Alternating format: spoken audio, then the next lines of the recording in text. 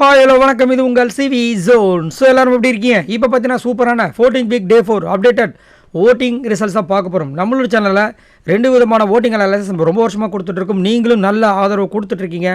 மறக்காமல் இந்த வீடியோ பார்க்குற அனைவரும் சப்ஸ்கிரைப் பண்ணுமாறு தாழ்மையுடன் கேட்டுக்கொள்கிறேன்.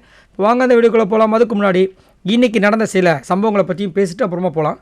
ஸோ காலையில் பார்த்தீங்கன்னா பிக் பாஸ் வந்து ஒரு பயங்கரமான ஒரு சதித்திட்டத்தை போடுறாப்புல இந்த அர்ச்சனாவை, அதாவது மாயாவுக்கு இடைஞ்சலாக இருக்கிற அர்ச்சனாவை பிக் பாஸ் அந்த பணப்படி எடுத்துகிட்டு போகிறதுக்காக ஒரு பயங்கரமான சதித்திட்டத்தை போடுறாங்க. என்னென்னா இந்த ஹிஸ்ட்ரிலேயே, அதாவது பிக் பாஸ் ஹிஸ்ட்ரிலேயே நடக்காத ஒரு டாஸ்க்கை கொடுக்குறாங்க. உள்ளே வரும்போது கண்டஸ்டன்ஸ் வந்துட்டு வெளியில் பெய்ட் பாட்ஸ் அப்புறம் கால் சென்டர் மூலமாக வந்துட்டு ஆளை செட் பண்ணி வைக்கிற விஷயங்கள் யார் பண்ணுறாங்கன்னு சொல்லுங்கள் அப்படின்ற மாதிரி ஒரு விஷயம். எல்லோரும் பார்த்தீங்கன்னா அர்ச்சனா மேலே பாயிறாங்க. வெளியில் அந்த மாதிரி விஷயங்கள் தானே போயிட்டுருக்கு. அதனாலேயே வந்துட்டு வேணும்ட்டுமே அர்ச்சனாவை உடைச்சி அவங்க வந்துட்டு மனக்குமுறலில் டென்ஷன் ஆகிட்டு அந்த பணப்பெட்டி எடுத்துகிட்டு போகணும். அப்போ தான் மாயாவை டைட்டில் வின்னராக வர வைக்க முடியும். காரணம், மாயாவுக்கு இது வரைக்கும் பார்த்தீங்கன்னா ஓட்டு அதிகப்படியாக வந்ததே கிடையாது. லாஸ்ட்டில் தான் இருந்திருக்காங்க. ஆனாலும் இவ்வளோ தூரம் வந்திருக்காங்க அப்படின்னும் போது நம்ம புரிஞ்சுக்கலாம் ஈஸியாக. ஸோ அந்த விஷயம் நடக்கிறதுக்கு முதல் இடைஞ்சலாக இருந்தது பிரதீப். இப்போ ரெண்டாவது இடைஞ்சலாக இருக்கிறது நம்ம அர்ச்சனா. ஸோ அதனால் இந்த விஷயத்தை பண்ணியிருக்காங்க. ஆனால் அந்த விஷயத்தையும் வந்து விசித்ரா வந்துட்டு தன்னோட பர்சனல் வெஞ்சன்ஸுக்கு யூஸ் பண்ணி செம்மையாக வந்து வச்சு செஞ்சுட்டாங்க நம்ம அர்ச்சனாவை. ஸோ இதை பற்றி என்ன நினைக்கிறீங்கன்றதை சொல்லுங்கள். ஏன் திடீர்னு இந்த மாதிரி ஒரு டாஸ்க்கை வந்துட்டு பிக் பாஸ் கொடுக்கணும்? அதுலேயும் கொடுத்துட்டு கடைசியில் வந்துட்டு இதை வந்து ஃபன்னாக எடுத்துக்கோங்களாம்.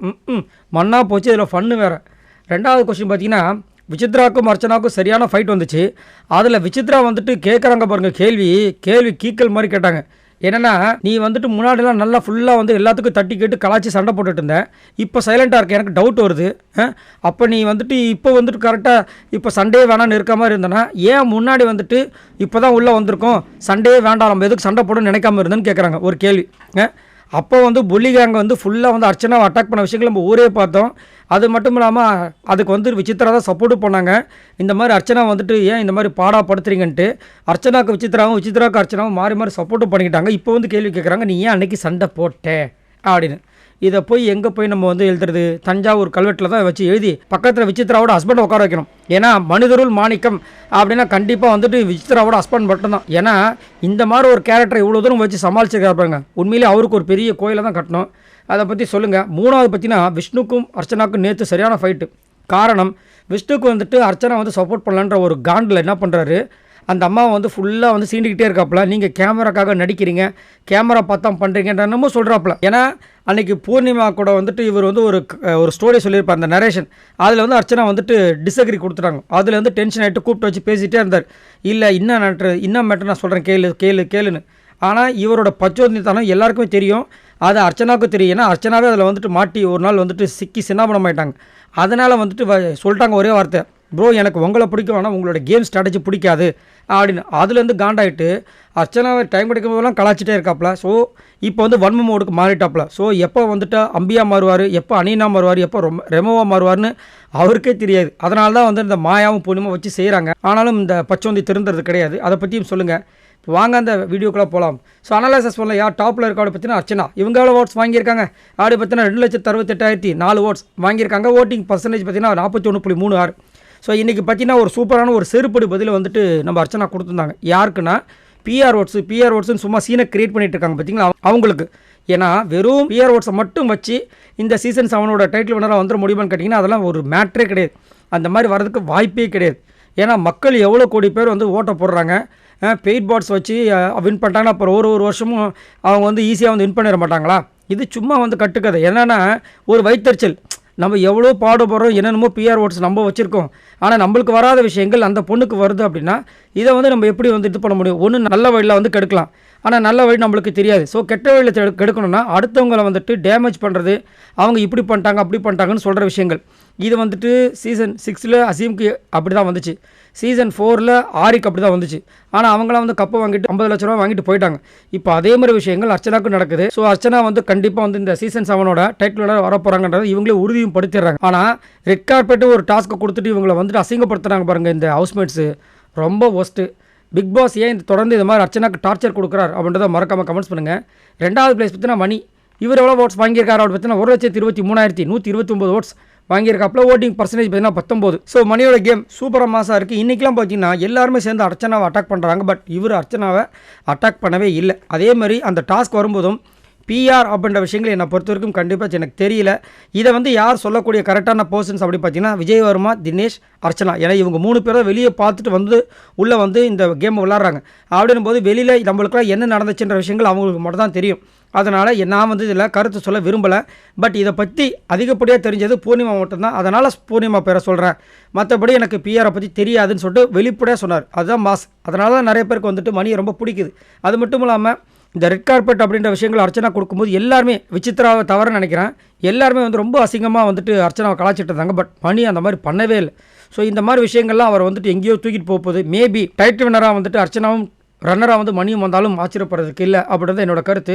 மேபி வின்னராக வந்தாலும் ஆச்சரியப்படுறதுக்கு இல்லைன்றதான் என்னோட கருத்து. 3வது பிளேஸ் பார்த்தீங்கன்னா தினேஷ். இவர் எவ்வளோ ஓட்ஸ் வாங்கியிருக்காரு அவரை பார்த்தீங்கன்னா 1,06,894 ஓட்ஸ் வாங்கியிருக்காப்புல. ஓட்டிங் பர்சன்டேஜ் பார்த்தீங்கன்னா 16.5. ஸோ தினேஷோட கேம் நல்லா தான் சூப்பராக தான் போயிட்டுருக்கு. ஆனால் என்ன ஆச்சுன்னா ரொம்ப அதிகப்படியாக பேசிகிட்டே இருக்காப்புல. அதுதான் ரொம்ப வருத்தமாக இருக்குது. ஏன்னா ஒரு டாஸ்க்கை பற்றி கொஞ்சம் பேசலாம், எந்நேரமும் பேசிகிட்டே இருக்கார். விசித்ரா மட்டும் கிடையாது, எல்லாரை பற்றியும் பேசுகிறார். அது மட்டும் இல்லாமல் இந்த பிஆர் ஓட்ஸ் அப்படின்ற விஷயங்கள் தினேஷ் தான் ஃபஸ்ட்டு ஆரம்பிக்கிறார். அது மட்டும் இல்லாமல் இந்த பொண்ணு கேமராக்காக பண்ணுது, என்னென்னமோ யாரை பற்றியாவது ஏதாவது குறை சொல்லிகிட்டே இருக்கார்.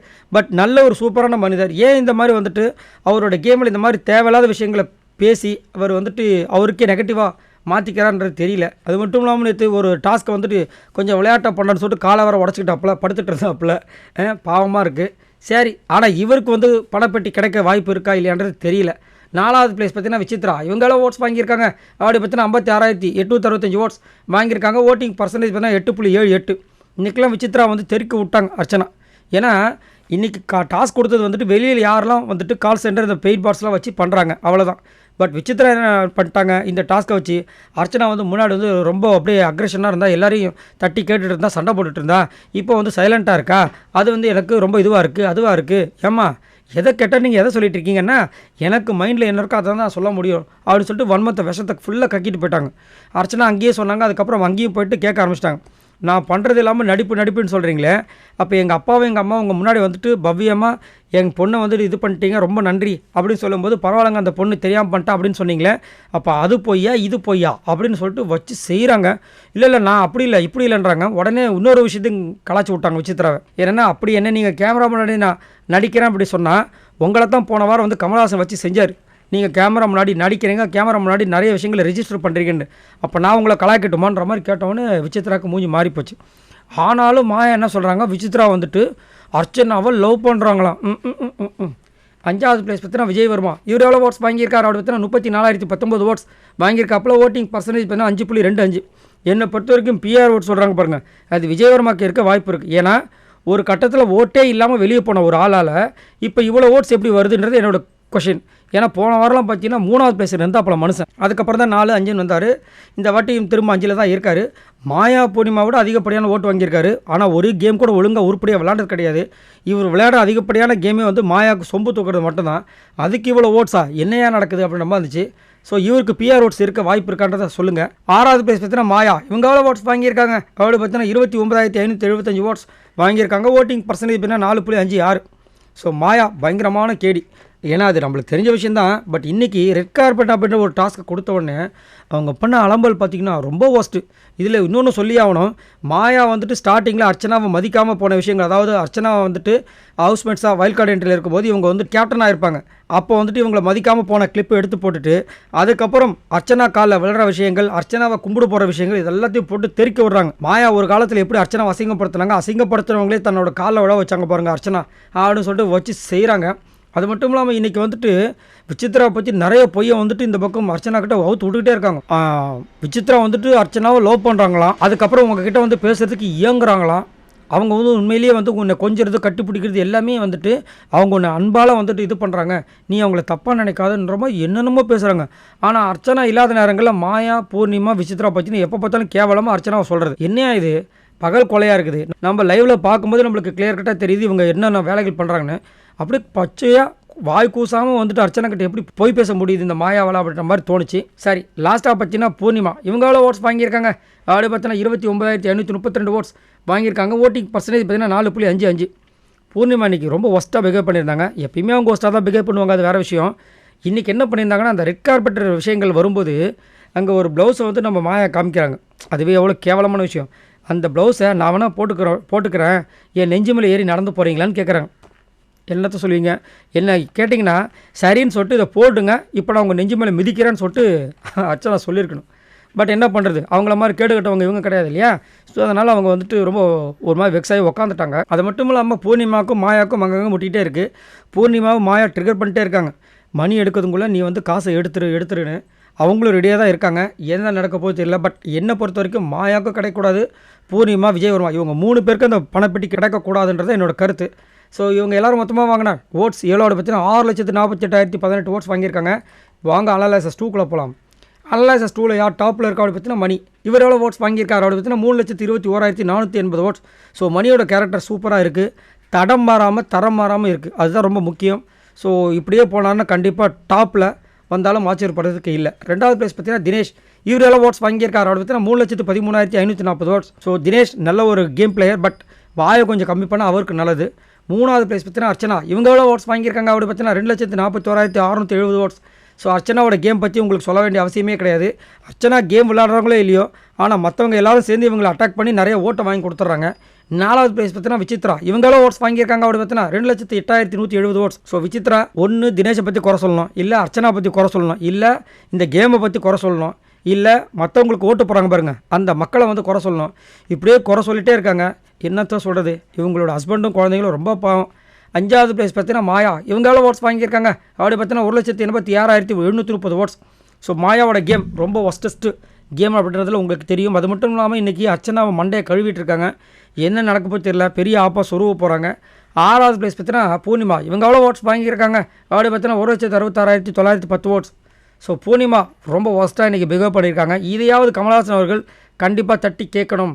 எப்படி வந்து போன வாட்டி விசித்ராவை வச்சு செஞ்சாரோ அதே மாதிரி பூர்ணிமாவும் வச்சு செய்யணுன்றது என்னோட கருத்து. லாஸ்ட்டாக பார்த்தீங்கன்னா நம்ம சொம்பு விஜயவர்மா. இவர் எவ்வளோ ஓட்ஸ் வாங்கியிருக்கார் அப்படி பார்த்தீங்கன்னா 10,900 ஓட்ஸ். ஒருத்தவங்க 1 லட்சத்தை தாண்டி ஓடிட்டுருக்காங்க. இவர் இப்போ தான் 10,000க்கு முக்கிட்டு இருக்காப்புல. என்னத்தான் சொல்கிறது, இந்த சொம்புக்கு இவ்வளோ தான். ஆனால் அந்த ஃபஸ்ட்டு அனாலிசிஸ் சொல்ல அவ்வளோ ஓட்டு வந்திருக்கு. சரி, உங்களோட கருத்தை சொல்லுங்கள். இந்த வாரம் இந்த பணப்பெட்டி எடுக்கலாம் அப்படின்னா 3 எவிக்ஷன் இருக்குது. இந்த 3 எவிக்ஷனில் இந்த விஜயவர்மா, பூர்ணிமா, மாயா 3 பேர் போனால் செம மாதம் இருக்கும். உங்களோட கருத்தை சொல்லுங்கள். பாய் நண்பர்களே.